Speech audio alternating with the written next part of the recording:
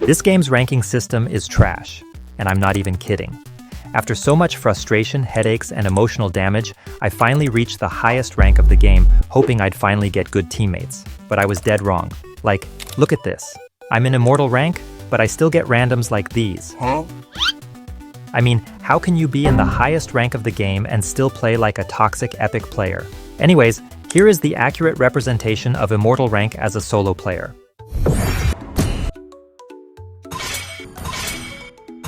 I don't know why players keep banning Gusion in higher rank. Since Glory, I've been seeing Gusion on the ban list in like 8 out of 10 matches. Is he really that OP? Because I don't remember him getting any recent buffs. And for those wondering whose account this is, it's my other account. Anyways, I went with Clint, and trust me, right now he's a solid gold lane pick.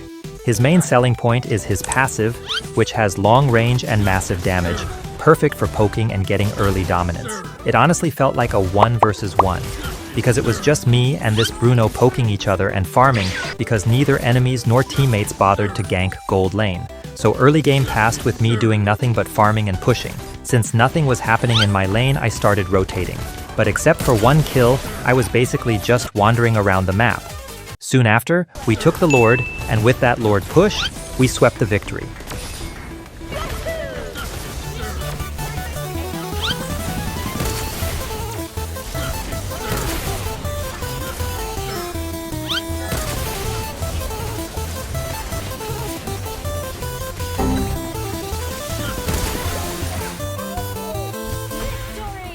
Because I got good teammates this match, I thought, maybe Immortal rank is finally free from the dark system.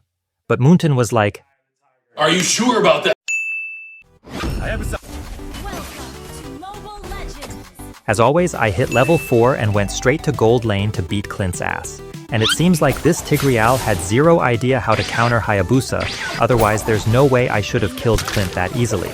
I had a good early start, stole the turtle and got a few more kills. But then, my teammates started showing their true dark system potential. This mage was the only one actually playing like an Immortal player. We'd get 1 or 2 kills and then immediately get destroyed by the rest of the enemies. When you have pro side laners like these guys, you already know you're cooked. And I don't understand why the hell did this Ixia buy Sky Piercer when she's just feeding? And this Yuzhong bought magic boots against Masha. No wonder he's getting wrecked by her. A match we could have won easily turned into a desperate turret defense, all because of these brain-dead chickens who climb ranks by getting carried. In the end, it was a defeat. I went Hayabusa again, hoping this time I'd get a good team. Seems like I was wrong. I generally prioritize ganking gold lane because if your gold laner gets strong, the game becomes easier. So I already ganked twice, but our marksman, instead of getting stronger, she somehow became weaker than a minion and then had the audacity to blame others for her lack of skill. I was getting kills, but the more kills I got, the more my team kept feeding. I tried split pushing, but enemies were smart. They predicted it and countered me. Soon, enemies took the Lord, and that was it. Look, I'm a decent player. Give me teammates with even a little bit of brain and I'll carry. But if they're like this, I lose. Next match, I went roam. Because I realized the reason I'm losing matches is simple. Randoms don't know how to support their core player. Since I mostly play carry roles, I have a good idea of what a roamer should do to support their damage dealer. So, as a tanky roamer, I try to be as annoying as possible to the enemy jungler, delaying their farm, giving vision, and creating pressure.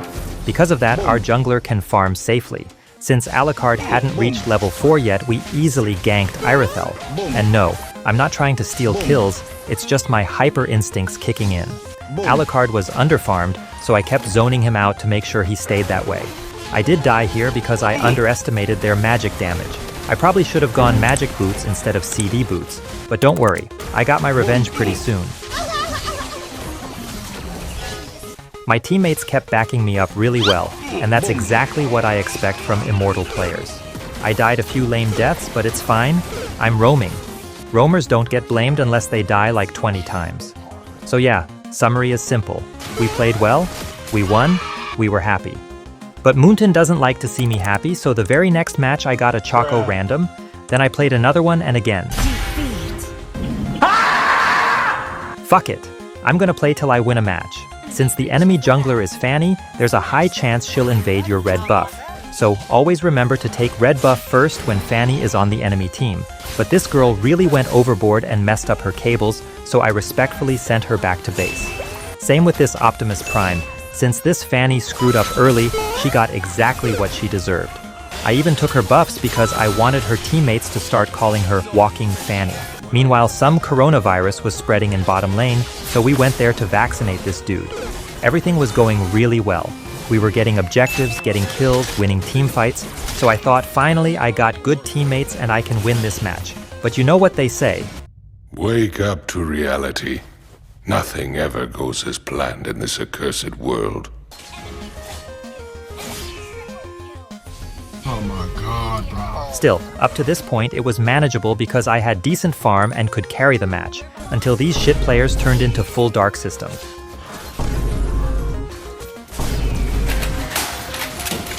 Like seriously, I don't understand what goes on inside their shitheads. These dumbasses were literally pulling the leg of the guy who was carrying them. At this point, I lost my cool and stopped trying hard to win. And honestly, you would lose motivation too after seeing that these types of pro players are in Immortal rank. It's already late game, enemies have Ling counters like Mincithar and Hanabi, and my team had shit retards. So this is how you lose a winning match, thanks to these morons. 5 seconds till the enemy reaches the battlefield. Smash them! Okay.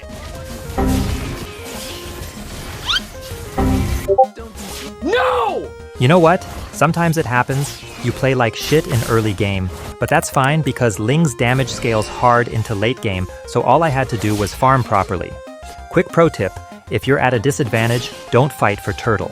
Just focus on other objectives like enemy buffs or turrets, and luckily, enemies didn't take the turtle, so this is how I turn myself from underfarmed to overfarmed. Sing, sing, sing!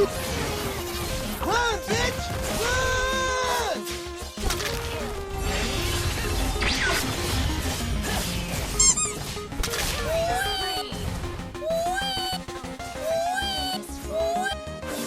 Run! This is the end. Let me just blame the internet to make an excuse for that shit. By the way, this grok was good. It's really hard to find a good roamer these days, even in the highest rank. What the dog doing?